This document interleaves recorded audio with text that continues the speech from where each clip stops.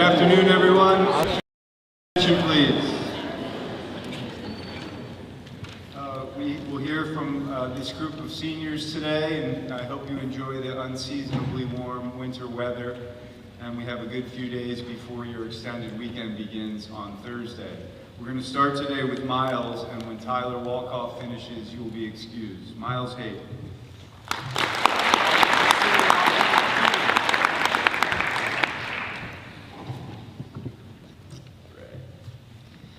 Hi, Suffield. My name is Miles Haight, and I'm a postgrad from Charleston, South Carolina.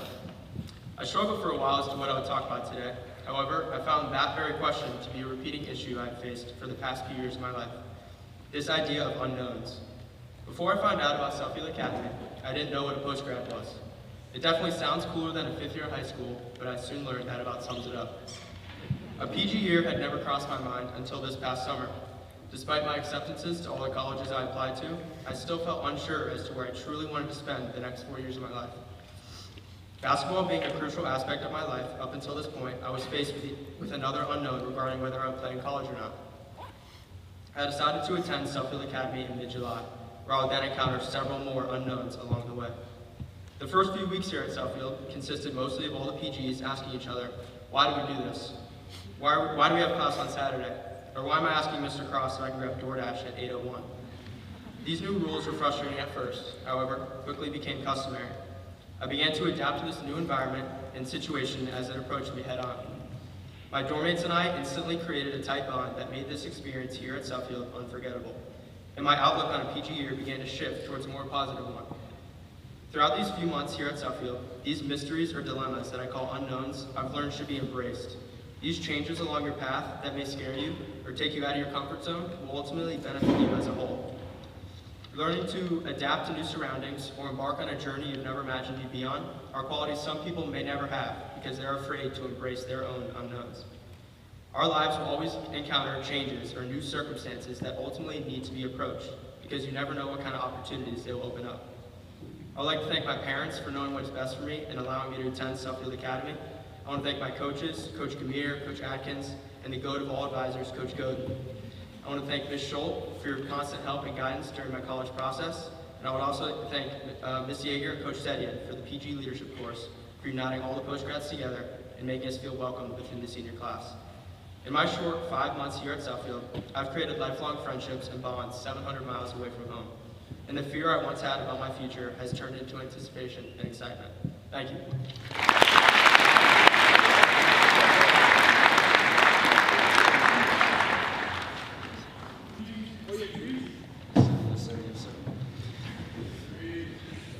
What's going on, Suffield? I'm Jada Johnson. I'm a 3-year senior from New York City. Don't ask me what part. If you know, you know. Anyways, I'd like to read a letter that I wrote my grandfather who passed away in 2016. I hope y'all enjoy, and please refrain from dropping your phones. Dear Grandpa Chuck, I'm 18 now, one of the most stressful points of my life. Who better to come to than you? I know you're watching from somewhere, but I want to catch you up on what's going on in my life from my point of view. I'm not gonna lie, when we went our separate ways July 13, 2016, it was one of the toughest days of my life. Visits to Grandma's house were not the same without you there. There was no one telling me, TJ, AJ to wash our face or quote unquote tackle that mouth. You were the only person who could be straightforward with me without regard to my feelings. Upon reflection, I recognized that you were teaching me with your words and not my feelings. I think back to our days at the park. I remember you would drive me and my cousins to Chadwick Lake and we would play a few games of 21. You would share experiences and offer your advice as an athlete, focusing on the fundamentals and your cutting abilities. You used to tweak on me about cutting. It might not have looked like I was listening at the time, but I took little bits and pieces of what you were saying and I worked on it. After we went our separate ways, I tried to make basketball my entire life. I wanted it to be the first thing mentioned when people thought of Jada Johnson. Jaden Johnson, though, that's mad basic. There's many Jaden Johnsons in the world, but there's only one me. How can I express that to everyone? That's when I thought of my nickname. What better way is there to express myself than using the man that paved the way of what I'm gonna become? I instantly thought of you. It wasn't just you, though. It was my dad and my brother Zay, of course, the men of my family. I've always wanted and needed something to complete me, like Zay Cinco completed my brother. That's when it hit me. Trees. The name Trees is a combination of the day you left and Zay's Spanish twist on his name. I thought, why not incorporate the most influential people into my nickname? In the grand scheme of things, I've no one without you or anyone who supports me. You've instilled discipline in me since I was a child, and although you are no longer here by my side, my brother and father has stepped up to the role. They're constantly pushing me to be my best self. This nickname has given me, I feel, a purpose in life. Carrying you with me in a strong supporting cast by my side has given me the peace that I was missing. As I get older, it's not easier living without you, but I'm learning how to live better every day. The confidence the nickname gives me makes me feel I can overcome any obstacles just like you did. As basketball became more of a job and less fun, I found a new passion I feel I can go far enough with. I picked up track and field this past spring, and this sport completely changed my life. When I compete in the high, triple, and long jump, I'm given the chance to embrace who Treese is for real. I am proud of what I've accomplished, and I want you to know that you will always play a big role in my life. I brought this mindset with me to Suffield Academy. Sometimes it works, sometimes it doesn't, but I just see it as me continuing to grow as a person. I appreciate everything the people here has done for me. I'd like to thank Mr. Andrews for, in a sense, making my dream come true, playing a huge role in getting me recruited at all levels of college. I'd like to personally thank my brothers, DT, Makai, Josh, Hamza, Goni, Henry, Drees, Dion, the Owens, a few more, y'all know the real. I'd like to also greatly appreciate Coach Godin. It's almost safe to say I've put Mr. Godin through hell and back these past 3 years. And he's never once thought about throwing in the towel with me. His persistence has kept me fighting through school more than anyone knows, and I appreciate him greatly for that. Lastly, and most importantly, I'd like to thank my Dukes, the captain of the boat. I love you more than I can put into words, although I do not always show it. The sacrifices you take from me do not go unseen, and I will pay it back to you and the family for certain. I appreciate you guys taking out the time to listen to me chat. Have a great rest of your day. In the end, LeBron James is only currently 117 points away from having the most points in NBA history.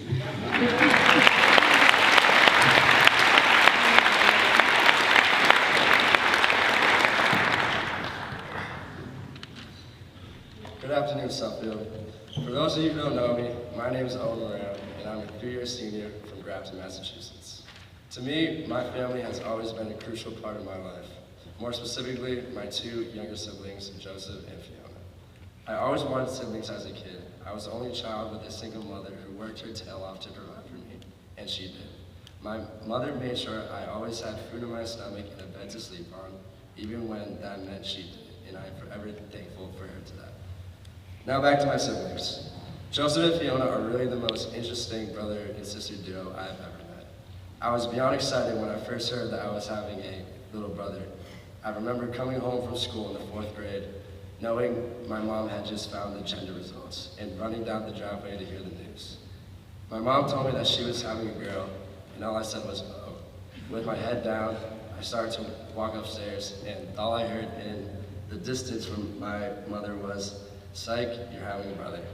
Now, for those of you who have had the pleasure to meet my brother, you know he's the man. Although the kid is only 8 years old, he is already much better than me at almost every video game he plays, minus Fortnite. He has this way of making people laugh without even trying, with his sarcastic comments and judgmental faces. But the best thing about my brother is the love we share for each other. My mom told me that one day she asked Joseph what he wanted to be when he grew up, in which he replied, I want to be like Owen. It means the world to me that I'm his role model, and I hope I get to make him proud one day. Now on to my sister Fiona. Where do I even start with her? Fiona is 5 years old, which means she is at the age where she has something to say about everything. Most of the time she's just talking to talk and not really making any sense, but she feels involved in the conversation, and that's all that counts. But seriously, Fiona is the life of the family. She's always asking me to push her on her swing or take her around the neighborhood on her tiny bike. I cherish those small moments with her because I know when she gets older, she won't want to spend every minute of the day with her big brother. Now, I want to make sure my brother and sister are ready for what comes at them in life, especially if my mother decides to send them to our beautiful school Suffield Academy. That's why I wrote a guide to my siblings titled, Owens Declassified Suffield Survival Guide. Thank you to my good friend Ned for the title inspiration. So without further ado, rule number 1, go to class. Trust me, you do not want to spend your Saturday night with Mr. Emery's in detention. Rule number 2, if you're anything like your big brother, and I cannot emphasize this enough, it is critical that you establish a good relationship with Mr. Lynch. Rule number 3, don't be afraid to embrace everything Suffield has to offer. Joseph, don't be afraid to leave your dorm, and Fiona, make sure you get your big brother out of his dorm. Rule number 4, make sure all 4 years of high school, you really give it your all in the classroom. Trust me, senior year, you don't want to be sitting in your dorm room, scrounging Schoology for GPA boosters. Rule number 4, be prepared for a very bipolar climate here at Suffield Academy. Though winters are filled with freezing wind and rain, and in the spring, your dorm room will peak at least 95 degrees, so bring fans. Rule number 5, live every day here at Suffield like it's your last. Go to the turf with your friends, sign up for that club, try out for that team, because although the days seem long, it will be over before you know it. And as my roommate Ben Bryan always says, embrace your inner Suffield tiger. Thank you.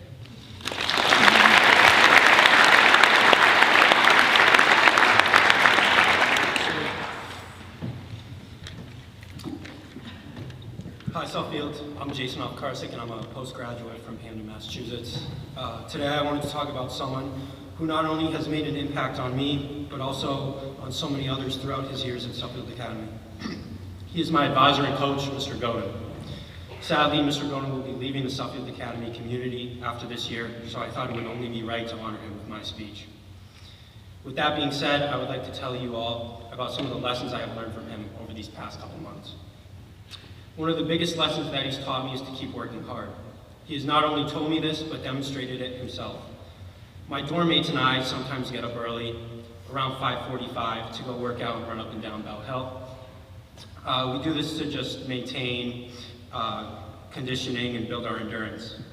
While my dorm mates and I were at the bottom of Bell Hill stretching and getting ready to run, Mr. Godin popped his head out of Titch and asked us what we were doing. We responded with working out, but we couldn't believe it. We then asked him what he was doing, and he said in the most casual response, I work out at 5 a.m. every morning on the bike. I struggle riding that bike for a couple of minutes, but Mr. Godin rides it for hours. That just shows the type of person he is. If I ever need to get in the gym early in the mornings, then he will be there no matter what. Something else Mr. Godin says to me is, Rome wasn't built in a day. Although I really wish some things could be, hard work needs to be put into everything. He's able to preach hard work with not only his words, but his actions as well. Another lesson Mr. Godin has taught me is that no one is perfect. Besides my father, I'm the biggest critic when it comes to basketball. I beat myself up over the little mistakes that really have a minor role in the outcome of the game. He reminds me that I shouldn't do this because no one can be perfect. Not even professional basketball players are perfect in their games, and they are the best at what they do. He tells me to forget about the little things and just go out and play. This has helped me relieve some of the stress and anxiety I feel in my games and my life in general. Lastly, Mr. Godin has taught me what it means to be a role model. He has been nothing but good to me since my arrival here. From the guidance he has given me to the gift cards for the snack bar, Mr. Godin has been nothing but a great mentor, coach, and person. He has instilled these principles in me in such a short period of time. Through his soon-to-be 43 years of teaching here, I can only imagine what impact he has had on former students, players, and colleagues. I hope all of us today can reflect on what Mr. Godin has done for the school and how he has made it a better place. And we can each hope to be a little bit more like him. And may I be the first to say, thank you for everything, and I hope your retirement treats you as well as you have treated us.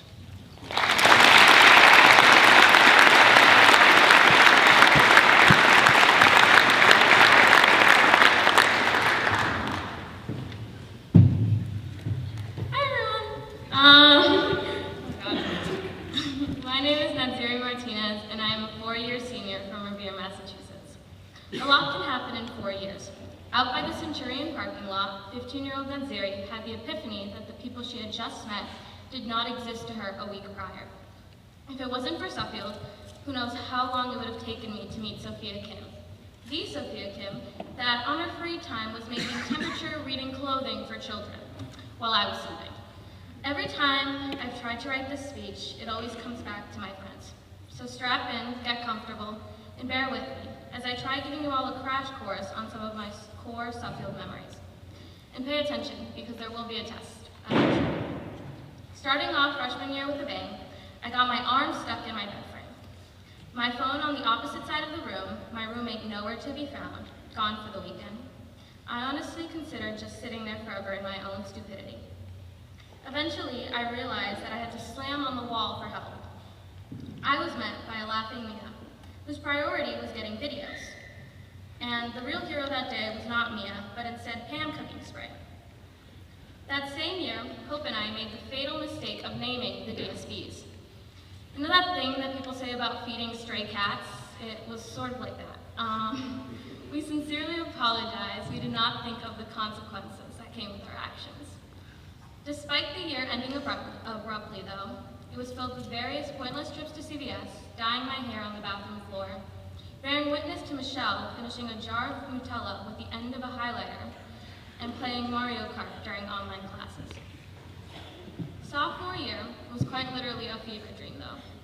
I have never claimed to be a good artist, but never thought I was a bad one either.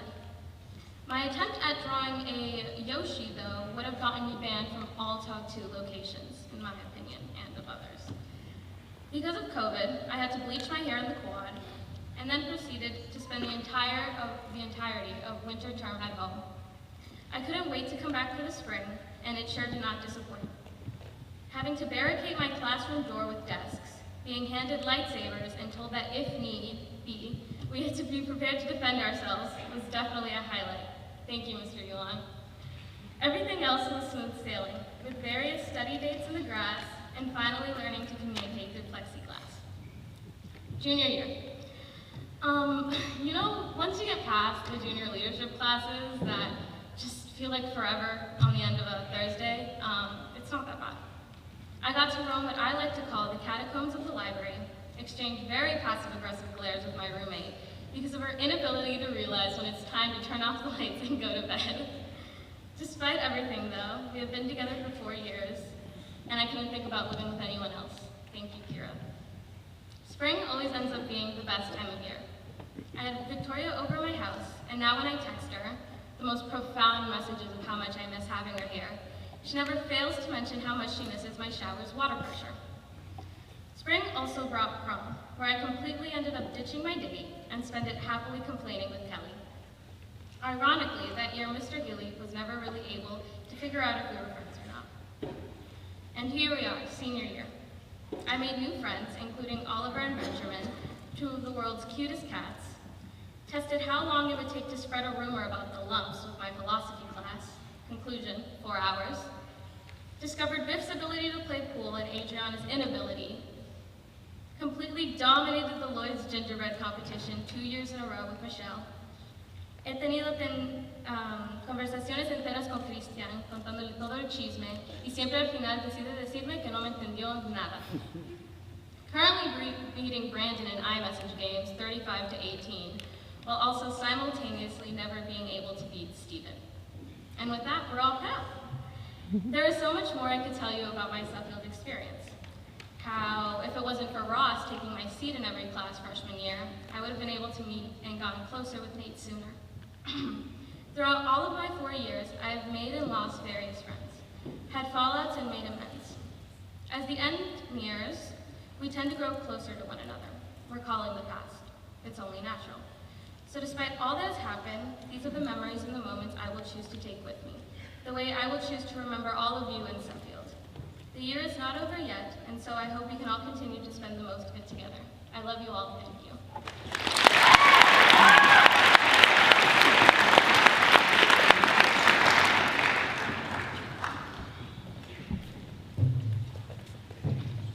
Hi everyone, my name is Morgan Peterson and I'm a first-year senior from Nassau, Bahamas. One of my favorite shows growing up was Dance Moms, not because I'm a dancer, but because of the plot's iconic pyramid and unexpected twists and turns. Now, I've only been at Suffield for 5 months, so what better way to share my experiences here than becoming Abby Lee Miller today and creating my own pyramid. Starting at the bottom of the pyramid, I have to give it to my first week of school. This week earns this position for multiple reasons. Everything was going great. I met tons of people and moved in successfully. It had been 3 hours, and I was walking back to my dorm, but for some reason, my key wasn't working. I stood outside for about 20 minutes until I finally saw someone. This guy was walking past, stopped, laughed at me, and then walked away. This was the moment I realized I was at Powers, not Brody. I still don't know who you are, but if you're ready to fess up, meet me after jump. 5th on the pyramid is something I hold pretty dear to my heart, but sadly the experience was just not good enough. Managing boys water polo quickly became a tiring part of my week due to how hot the pool deck would get and the amount of bare feet I saw every day. I'm not sure how I would have been able to get through practice without Hope Clark and the snacks I brought. Although it may have been rough, I somehow would still do it again. 4th on the pyramid is Suffield's own fashion cut, styled by Suffield. If you have ever spoken to Juana Diaz, Alex DeQuincy, or myself, there's a good chance we've asked you for a fit check for the gram. I still encourage everyone to join. 3rd on the pyramid is always there when I need it. I've had some of my greatest moments at Suffield during this time, and it never fails to make me happy. It is my Saturday morning double sleep-in. Not only does this automatically brighten my day, but it gives me a chance to get a bagel. 2nd on the pyramid is something I didn't even know Suffield offered, but let me say I'm thrilled I am a part of. Bachelor Club has become a part of my weekly schedule. Our Starbucks runs with Miss Lloyd and the other 4 members of the club consistently have proven to be the most interesting 30 minutes of my Thursday afternoons. Even though we probably speak about The Bachelor for 5 minutes, usually just Tyler Cameron, I love catching up with my advisor and friends. Before I reveal what is at the top of the pyramid, I'd like to add some honorable mentions. These go out to JV volleyball and JV basketball, which I somehow quit both within the span of a week. I love those teams, but I have realized that height does not mean everything when it comes to sports. If someone had told me a year ago today what was at the top of my pyramid, I would not have believed them. If you know me, then you know my favorite pastime is sleeping. I genuinely love it, which is why waking up at 6:30 every morning is still shocking to me. Going to breakfast is now a part of my daily routine. If I am being honest, I do not wake up for the food. I wake up to see the group of girls that has made my experience at Suffield feel like home. Whether it's guessing which day student may show up to breakfast, cramming in a last-minute assignment, or simply sitting in silence munching on chocolate chip muffins, it is what I look forward to every single night before I go to bed. So even if it means messing up my sleep schedule entirely, I never have and never will miss an early morning wake up for breakfast, because I genuinely don't know where I would be without them in my life. I want to thank every single person that has contributed to my life at Suffield so far, and although it has been short, I know I have created memories and friendships that I will hold on to forever. Thank you to my mom and dad for supporting me in everything I do, my brother for humbling me when needed, and my sister for always making me laugh. Thank you.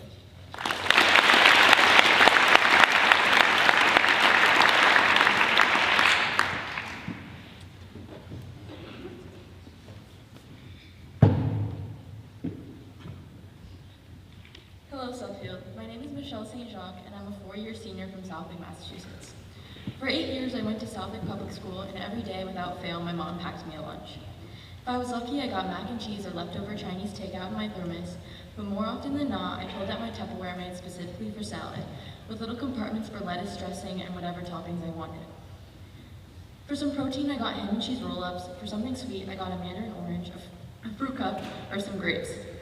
Finally, the best part was a little Ziploc baggie of Cheez-Its, Goldfish, or Ritz crackers. I loved my little healthy lunches. I knew that I was getting all the nutrients I needed and that my mom put love into every one she made.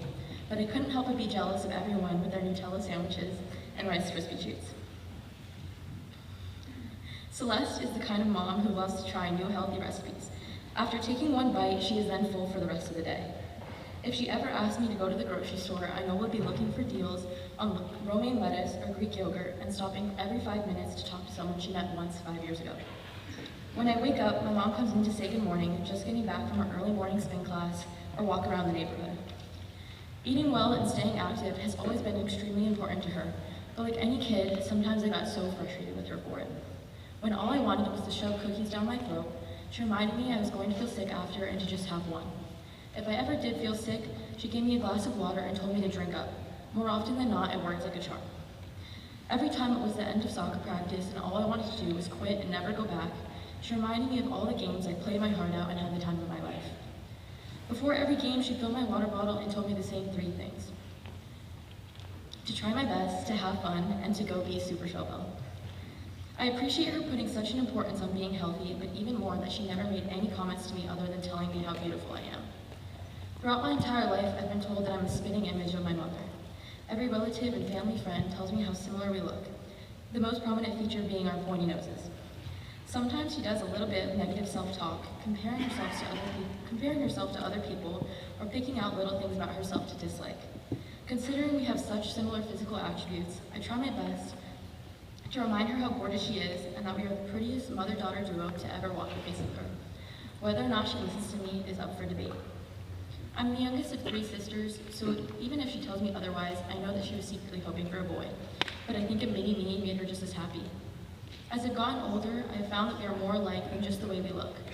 We get overwhelmed easily, stressing ourselves out over the smallest things and worrying about something that just doesn't matter. We like to be organized and put together, but hate when people get in our way.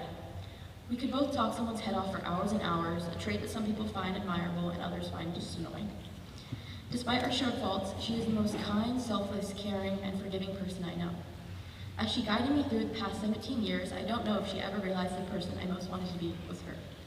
Middle school me may not have agreed, as she ate her lunch, resentful of the woman that denied her Oreos and Fluffernutters, but even then, I knew that she was doing her best, and her best has always been more than enough for me. Thank you.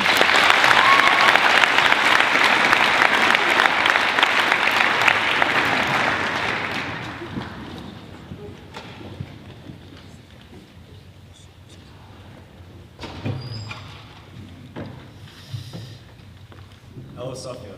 My name is Tyler Wolkoff. I'm a 4-year senior from Manhattan, New York. When I sat down to write this chapel speech, I couldn't quite decide what I was going to write on. I thought to myself, did I want to talk about all of my injuries and the difficulties of having to grow up with osteoporosis, or do I want to talk about a certain event that happened here at Suffield, which helped define me as a person? Or maybe I should talk about just a family vacation that I took, which has made an impact on me. But then I thought of what was most important to me, my family. I know it sounds cliche, but it's true when I say I could not ask for a better family. They are all so supportive in everything that I do, and the bonds that we all have can never be broken. Before I go into each person specifically, I want to thank my mom and dad for always giving me the best opportunities to thrive and become the best version of myself. You have both taught me many things, and I'm beyond grateful to have you as my parents. Dad, you are one of the hardest workers I know. You are the person I look up to the most, and you have instilled in me that with hard work and dedication, you can achieve anything that you put your mind to. Whether it was coming to all my sports games growing up, teaching me how to drive, or helping me with a paper, you have always been there for me when I needed you. And I know I don't say it enough, but I love you. Mom, where should I start? You have always put Zach, Alexi's, and my interests first. Even when you are packed with work, and you really have no time for anything else, you always find a way to somehow help us, and I still question how you do it. Whenever I'm faced with adversity and need someone to talk to, I know that you're always going to pick up the phone and give me the best advice. You have instilled in me how important it is to be a kind, genuine, and respectful person. I can go on and on about everything that you've helped me with, but we would be here for too long. I love you the most. Zachary, you're the strongest person I know. You have been through so much, yet you still have the purest heart out of everyone. You always see the best in people and are willing to help literally anyone that asks. You continue to amaze me with all your hard work and dedication, and I want you to know how proud I am to be able to say that I'm your brother. Alexi, I could not ask for a better sister. We've always had a good relationship, but when I came to Suffield, it definitely did not stay the same. We spoke less and did not really know what was going on in each other's lives. So when I found out you were actually coming to Suffield, I was ecstatic. The summer before your first year here, our relationship definitely became closer again. And although you did make me your personal chauffeur for a little bit, I didn't mind at first, because we were finally talking regularly again, and our relationship strengthened even more. It is definitely going to be weird not having you at school next year, but I know that you will thrive just as you always do. And if you ever need anything, just know I'm always one phone call away. I'd also like to thank Mr. Hoddesy for being a great advisor for the past 4 years. And I know that I haven't always reached out to you first, and you're always the one reaching out to me. You've always been there for me no matter what. So if there's one thing that I want all of you to take away from my speech is to reach out to your family and tell them how much they really mean to you. Thank you.